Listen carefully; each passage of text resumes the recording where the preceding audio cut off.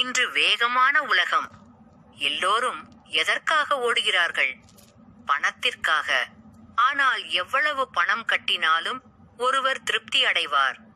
அது யாருக்காவது தெரியுமா? அவர்கள் ஏன் ஒரு குறிப்பிட்ட வரம்பிற்கு மேல் சம்பாதிக்கிறார்கள் என்பது கூட யாருக்கும் தெரியாது. இறக்கும்போது யாராலும் ₹1 கூட எடுத்துச் செல்ல முடியாது என்பது அனைவரும் அறிந்த ஒன்று. எல்லோருக்கும் தெரியும். ஆனாலும் எல்லோரும் ஓடிக்கொண்டிருக்கிறார்கள். 1 கிடைத்தால் 100 ஆகிவிடும். 100 கிடைத்தால் 1000 ஆகிவிடும். 1000 கிடைத்தால் 10,000 ஆகிவிடும். 10,000 கிடைத்தால் லட்சங்கள் கோடியாகிவிடும். இந்த போட்டியில் யாரும் வெற்றி பெற மாட்டார்கள். உண்மை என்னவென்றால் எல்லோரும் அவர்கள் தொடங்கிய இடத்திலேயே முடிகிறது. வாழ்வதற்கு பணம் தேவை. ஆனால் சமூகத்தின் ஒரு அங்கமாக இருப்பதற்கும் காட்டிக்கொள்ளவும் பணம் சம்பாதிக்கிறீர்கள்.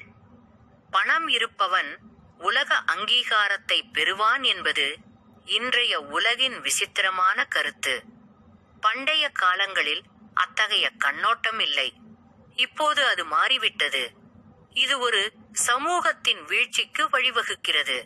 இதை மாற்றாவிட்டால் இந்த சமூகத்தில் உள்ளவர்கள் மனநலம் குன்றியவர்களாக மாறுவார்கள். மேலும் இன்று அனைத்து வியாபாரமும் பணத்தை அடிப்படையாக கொண்டது. லாபத்துக்காக எதையும் செய்வார்கள் என்ற நிலை.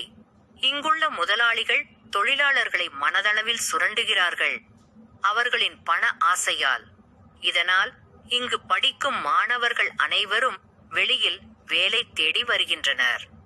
பணம் படைத்தவர்கள் சாமானியர்களுக்கு எந்த மதிப்பும் கொடுக்காமல் ஒடுக்குகிறார்கள்.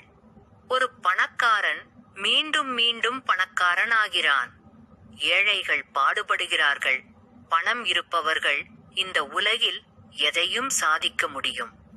இதில் மாற்றம் வர வேண்டும் என்றால் இங்குள்ளவர்கள் பணத்தை விட மனிதர்களுக்கும் அறிவுக்கும் அன்புக்கும் மதிப்பு கொடுத்தால்தான் மாற்றம் ஏற்படும். பணம் படைத்தவர்கள் சாமானியர்களுக்கு எந்த மதிப்பும் கொடுக்காமல் ஒடுக்குகிறார்கள். ஒரு பணக்காரன் மீண்டும் மீண்டும் பணக்காரன் ஆகிறான். ஏழைகள் பாடுபடுகிறார்கள். பணம் இருப்பவர்கள் இந்த உலகில் எதையும் சாதிக்க முடியும். இதில் மாற்றம் வர வேண்டும் என்றால் இங்குள்ளவர்கள் பணத்தை விட மனிதர்களுக்கும் அறிவுக்கும் அன்புக்கும். உலகம் இன்று வேகமான உலகம்.